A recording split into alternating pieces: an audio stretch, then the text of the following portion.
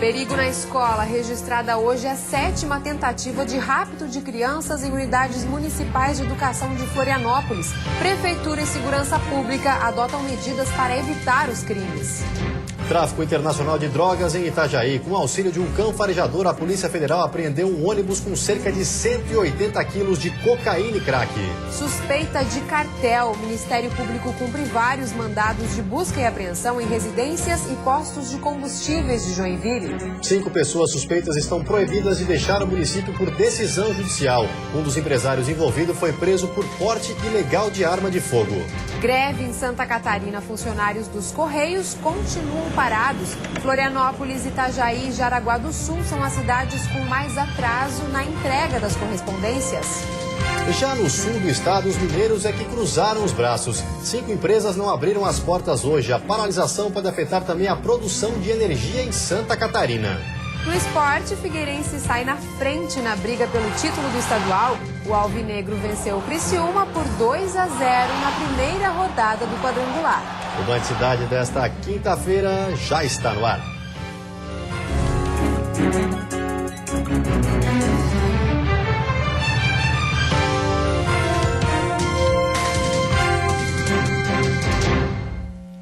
Olá, boa noite.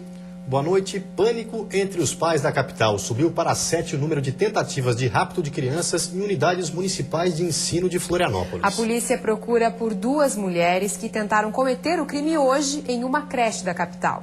O último caso foi registrado nesta creche do bairro Rio Vermelho, em Florianópolis. Esta professora, que prefere não ser identificada, viu 2 mulheres levando a aluna, uma criança de 4 anos, mas chegou a tempo de evitar o rapto. E eu corri atrás, elas já estavam saindo pelo portão e eu chamei o nome da criança. Quando eu chamei o nome da criança, ela se voltou para mim e veio correndo para mim. E a senhora falou assim, é que o portão estava aberto. Ela acabou saindo com a criança de mão dada, né, até o portão, que também ele é aberto pela própria comunidade, né? O portão, a família aciona o alarme para a gente fechar, então assim, não é um eletrônico. Com base nos depoimentos das testemunhas, a Polícia Civil traçou um perfil das supostas sequestradoras e vai fazer um retrato falado. O sequestro é um crime gravíssimo, mesmo a tentativa, e tão logo a gente identifique essas autoras, vamos solicitar sim a preventiva e todas as diligências possíveis para prendê-las. As tentativas de raptar as crianças têm causado muito medo e preocupação. Há informação de que na semana passada uma mulher tentou arrancar o filho dos braços da mãe. A mãe estava em frente a uma creche e conseguiu segurar a criança. A mulher acabou desistindo e fugiu em um carro. A polícia ainda não sabe se são as mesmas pessoas agindo. Os policiais tiveram conhecimento dos 7 casos, mas apenas em um foi registrado o boletim de ocorrência, o que dificulta a investigação. Na tarde de hoje, o prefeito de Florianópolis convocou as autoridades de segurança para discutirem o assunto. Se há problemas de modo de infraestrutura das creches, tem que ser enfrentados. Eu não vou determinar que imediatamente se verifique, se vá até o caso e se corrija, porque não dá para a gente brincar com segurança das crianças. Um cão farejador da Polícia Federal encontrou cerca de 180 quilos de cocaína e crack em um ônibus na rodoviária de Balneário Camboriú hoje cedo. O coletivo vinha do Paraguai.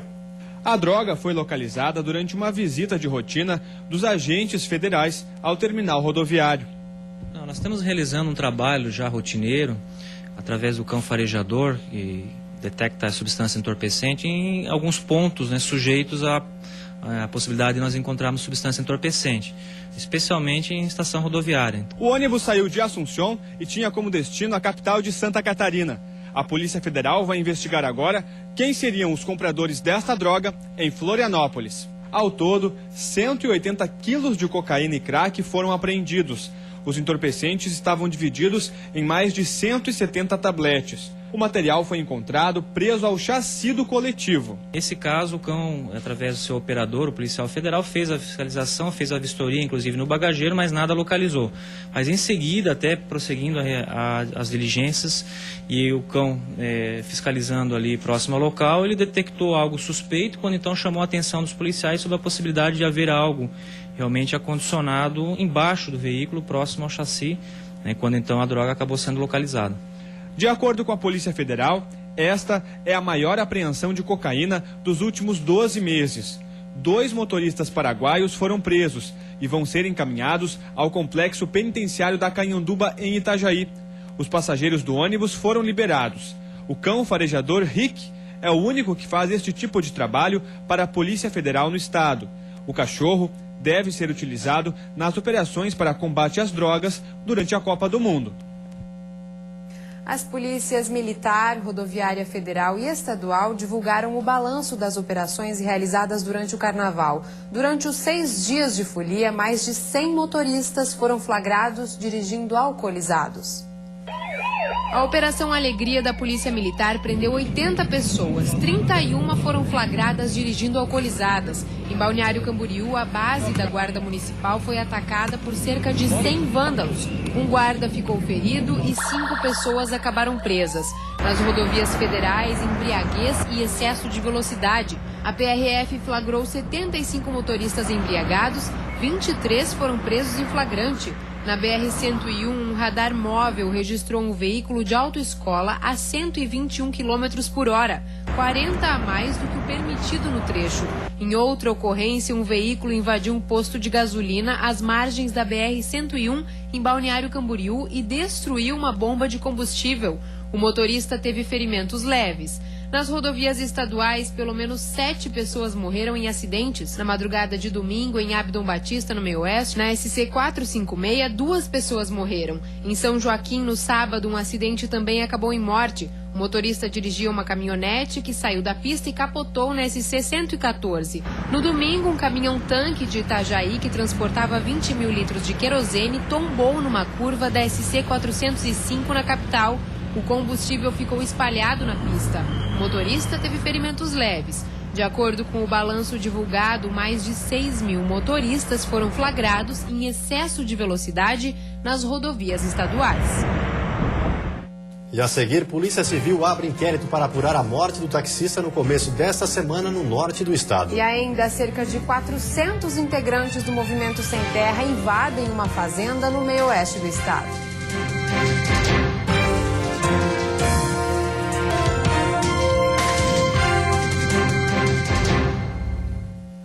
A Polícia Civil de Araquari, norte do estado, abriu inquérito para apurar a morte do taxista Miguel Ramos Martins. Ele foi assassinado no começo dessa semana. O caso é tratado com prioridade na Delegacia de Polícia Civil de Araquari.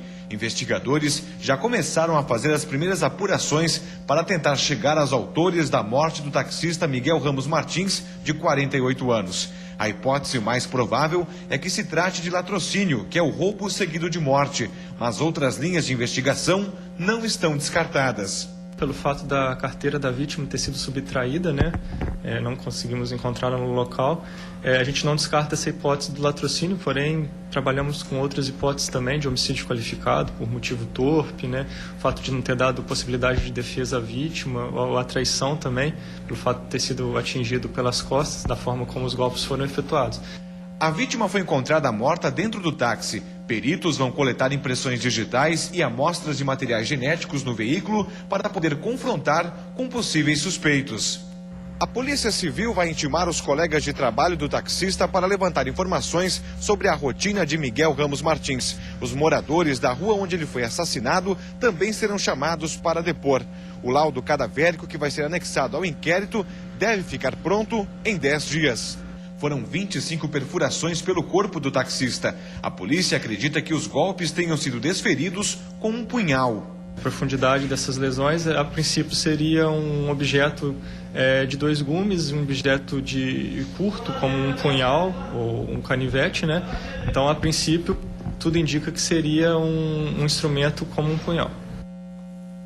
Polícia investiga denúncia de cartel na revenda de combustíveis em Joinville. Hoje pela manhã, uma equipe do GAECO cumpriu 11 mandados de busca e apreensão para a coleta de provas. 2 escritórios de advocacia e 4 residências de empresários foram alvo das investigações. 5 pessoas suspeitas estão proibidas de deixar o município por decisão judicial. Um dos empresários envolvidos foi preso por porte ilegal de arma de fogo. Todos são investigados por delitos contra a economia popular, crimes contra a administração pública e formação de quadrilha. E cerca de 80 famílias integrantes do movimento Sem Terra permanecem acampadas em uma fazenda no interior de Zorteia, no meio-oeste do estado. A ocupação, que é pacífica, está no 3º dia. O local fica a cerca de 13 quilômetros da cidade de Zorteia. As 80 famílias são de cidades das regiões do Meio-Oeste, Planalto e Serra Catarinense e totalizam cerca de 400 pessoas. De acordo com um dos coordenadores do movimento, a fazenda de 800 hectares teria uma dívida impagável com a União e seria destinada para assentamentos. A intenção é acelerar esse processo. Tudo pacífica. Eles têm o direito de ir e vir. Nós temos o controle da entrada aqui, até por os trabalhadores da fazenda ter a hora que quiser sair e entrar. Nós não temos controle também para não entrar algum infiltrado de fazer alguma coisa na forma de desordeira aqui para dizer que é o Sem Terra que veio fazer baderna e tal. Nós viemos pacificamente. As famílias são trabalhadores, né? Inclusive já estão buscando serviço aqui na comunidade, o pessoal está procurando. Está vindo famílias do município acampar junto com nós, estamos acolhendo também, né? Então nós estamos aqui, só o nosso direito é reivindicar a terra para plantar, né? E mais nada.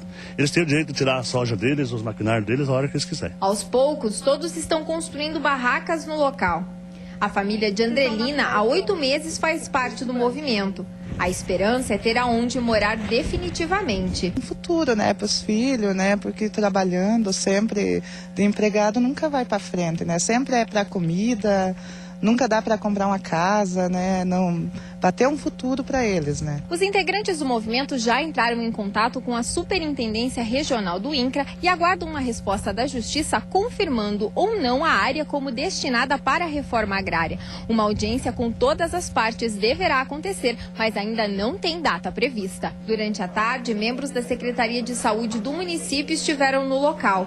Observaram as condições das famílias e realizaram um cadastro. Para fazer o atendimento desse pessoal que chegaram, a gente tem que estar preparado também, né? Porque são várias famílias, para atender uma emergência, a gente está com um médico só na parte da tarde, até para esclarecer para eles como que funciona a Secretaria de Saúde, para o momento que eles precisarem, eles estão indo até lá para a gente conseguir fazer esse atendimento. As polícias militar e civil estiveram no local, mas não precisaram intervir, já que a ocupação está sendo pacífica. Os advogados do proprietário da fazenda já entraram com pedido de reintegração de posse. O INCRA, que acompanha a situação à distância, informou que só deve intervir caso haja conflito. E no próximo bloco tem futebol. A vitória do Figueirense na primeira rodada do quadrangular final. E pelo hexagonal, Marcílio Dias vence fora de casa na briga contra o rebaixamento.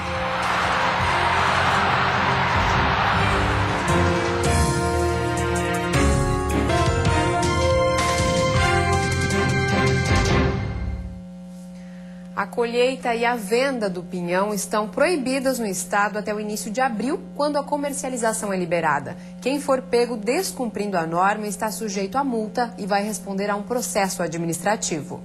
A Serra Catarinense é a maior produtora de pinhão do país. Por aqui está concentrada grande parte das araucárias. A atividade é a principal fonte de renda durante o outono e o inverno de diversos produtores na região. Para esse ano, a colheita só em painel, maior produtora da Serra, deve chegar a cerca de 1.300 toneladas, 50% a menos que nos anos anteriores. De acordo com esse engenheiro agrônomo, a redução é natural. Questão de polinização, questão de frio, questão de seca também, prejudica um pouco a produção. E daí dá esse caso de 2, 3 anos produzir bem, 2, 3 anos produzir mal. Mas até o dia 1º de abril, a colheita, o transporte e a comercialização estão proibidos no estado. A colheita antecipada é considerada crime ambiental. Este policial explica a importância de respeitar essa norma. Ela se dá no sentido de que haja um maior número de sementes disponíveis para a fauna da nossa região, que servirá então, consequentemente, dialisada com base nessa data em que há a restrição. E a proteção dessa semente é fundamental para que não haja um estímulo à extinção dessa espécie. Há 4 anos, a data da colheita do pinhão passou do dia 15 de abril para o início do mês em todo o estado. Esses 15 dias fazem a diferença para o pequeno produtor. A mudança de data favorece os que trabalham na área. Segundo esse produtor, antes do dia 1º de abril, não vale a pena subir no pinheiro para tirar o fruto. Está verde, né? É algum que está maduro. Só depois do dia 1º. Só depois, que vai emparear mesmo o amadurecimento do dia 15 em diante. Quem for pego descumprindo a lei está sujeito a multa mínima de R$ 500 e vai responder um processo administrativo. A Polícia Ambiental está intensificando a fiscalização na região. A sexta-feira começa com nevoeiros na madrugada e amanhecer. No decorrer do dia, tempo firme com ar seco. As temperaturas ficam mais baixas no Planalto Sul, onde a mínima fica em torno dos 6 graus. E a máxima chega aos 32 no litoral norte. No Planalto Norte, mínima de 16 e máxima de 29 graus. No Vale do Itajaí, Grande Florianópolis e Sul, máxima de 30 graus. E no Oeste, a máxima chega aos 31. E agora o futebol. Na primeira rodada do quadrangular final, Joinville e Metropolitano ficaram no 0-0. Já no Orlando Scarpelli, uma importante vitória do Figueirense contra o Criciúma. Veja como foi. Clima de fim de carnaval. Hora de mostrar serviço do lado de Figueirense e Criciúma. Até aqui os times tinham deixado o torcedor com a pulga atrás da orelha. Do lado do Tigre, estreia do novo técnico, Caio Júnior, que resolveu deixar o time como vinha jogando. Até o primeiro jogo do quadrangular, 2 times tinham elencos muito bons, mas não tinham ainda apresentado um grande futebol. Aí, a coisa ficou preta para um deles, e o time preto e branco foi quem se deu melhor. Tudo pronto para a bola rolar, vamos começar? Nada disso. O Criciúma teve que trocar o meião branco por um preto, porque o uniforme estava muito parecido, é mole? Mas é isso aí, nós estamos no Brasil, tem coisas que nós temos que entender que é assim, né? Mas não pode ser, a gente tem que tomar algumas atitudes de organização, né? Quando a bola finalmente rolou, depois de 10 minutos de atraso, o que menos se viu foram toques na bola. Falta do Figueirense. Falta do Criciúma. E o árbitro Rodrigo D'Alonso parecia estar perdendo o controle do jogo. Demorou para sair um amarelinho. Aí a rapaziada começou a jogar bola. Lançamento perfeito de Giovanni Augusto para a cabeçada de Everton Santos. 1-0 Figueira.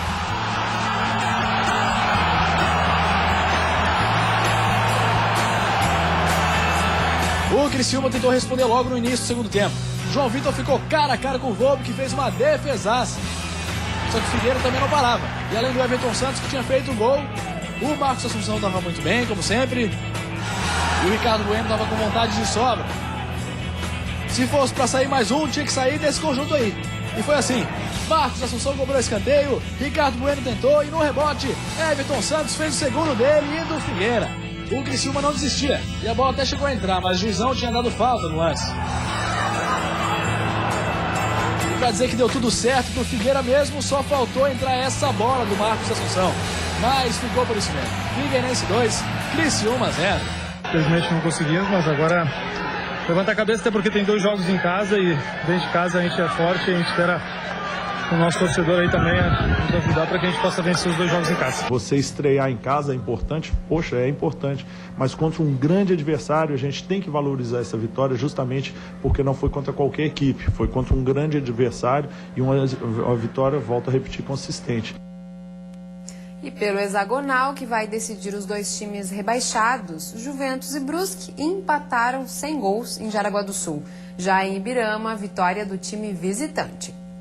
Marcílio Dias saiu na frente com o Jonas, recebeu esse cruzamento e só colocou para o fundo da rede. Quase no final do primeiro tempo, Thiago Couto empatou para o Atlético. Aos 30 minutos da primeira etapa, Tony, num verdadeiro canhonaço nessa cobrança de falta, definiu a vitória para o Marcílio Dias. O Marinheiro ficou em primeiro lugar na classificação do hexagonal e na próxima rodada recebe o Avaí. Já o Atlético joga com o Brusque fora de casa. E daqui a pouco, às 7h30 na Ressacada, o Leão da Ilha enfrenta a Chapecoense. E a seguir, atraso nas correspondências. Greve dos Correios ultrapassa um mês sem previsão de normalização dos serviços. No sul do estado, mais de 1.400 mineiros cruzaram os braços por melhores salários.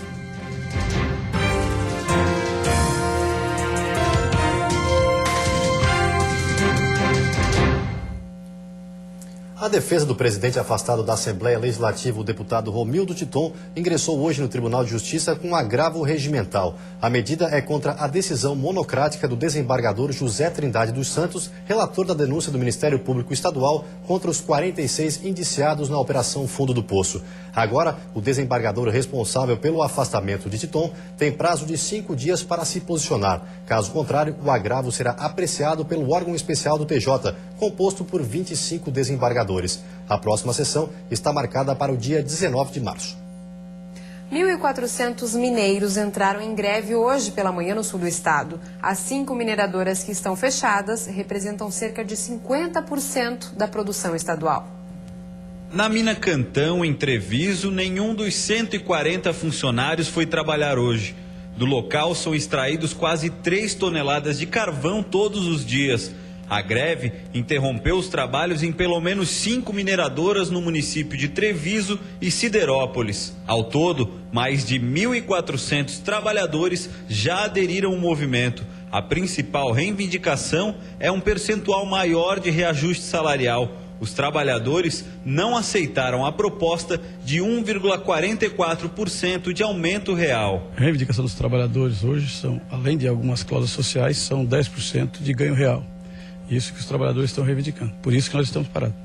O principal prejuízo com a greve poderá ser no setor elétrico, principalmente na usina Jorge Lacerda, onde mais da metade do carvão utilizado para a produção de energia vem das regiões onde as mineradoras estão paralisadas. Se a greve se prolongar por mais uns 10, 15 dias, vai com certeza afetar o setor elétrico. De acordo ainda com o presidente do Sindicato da Indústria de Extração do Carvão do estado de Santa Catarina, a proposta dos mineiros é inviável para as indústrias. Nós não queremos ser amanhã depois responsabilizado por aquilo que possa ocorrer no setor elétrico, né? Então está esse impasse que, no meu entendimento, está caminhando para uma solução junto à justiça. A greve é por tempo indeterminado e não está descartada a possibilidade de ampliação do movimento. Se as negociações não avançarem e não houver uma proposta que satisfaça os trabalhadores, no dia 10, a partir das 0 hora, vai parar os trabalhadores representados pelo Sindicato dos Mineiros de Forquilinha, Criciúma, Uruçanga e Lauro Miller. São mais 3.000 trabalhadores mineiros. Dor de cabeça ao consumidor. Greve dos Correios completa mais de um mês. E, novamente, a preocupação é com o atraso no pagamento das contas. Dos 4.500 funcionários dos Correios em Santa Catarina, 208 estão em greve.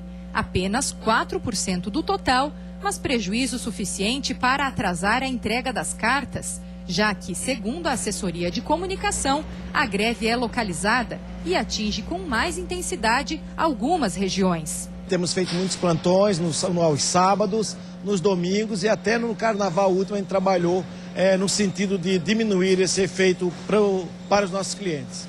Os trabalhadores temem a mudança no plano de saúde oferecido pelos Correios.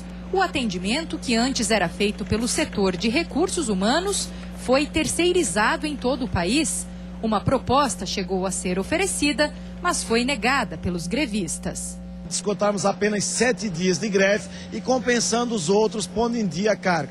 Os trabalhadores não tiveram entendimento dessa proposta e ela foi recusada. Aqui no estado, as cidades mais atingidas pela greve dos Correios são Florianópolis, Itajaí e Jaraguá do Sul. Ao completar 36 dias, a paralisação chega a mais um início de mês, causando dúvidas em muita gente sobre o pagamento de contas. O PROCON de Santa Catarina orienta que a responsabilidade pelo pagamento das faturas é do devedor e que, em caso de atraso, vai ser difícil renegociar as contas. O ideal é procurar antes as empresas e ir ao órgão de atendimento ao consumidor apenas nos casos de compras e encomendas que não chegaram. Se nesse caso houver algum tipo de dano ou algum tipo de lesão, ele pode procurar o PROCON estadual ou o PROCON do município dele, e ainda se tiver alguma indenização nesse sentido, ele pode procurar e recorrer ao Poder Judiciário também. Enquanto a greve continua, quem sofre é o consumidor.